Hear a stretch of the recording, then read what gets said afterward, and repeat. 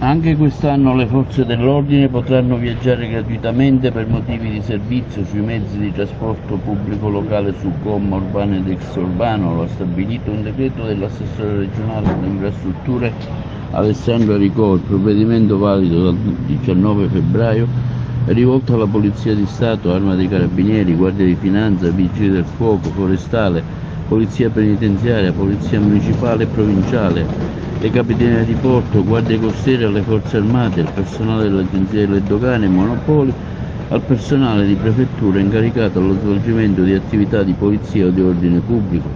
Con questo provvedimento, dice il Presidente della Regione Schifani, il mio governo vuole dimostrare vicinanza e sostegno a tutte le forze dell'ordine impegnate ogni giorno a presidio della legalità e dell'incolumità dei siciliani, uomini e donne che con grande spirito di sacrificio e di coraggio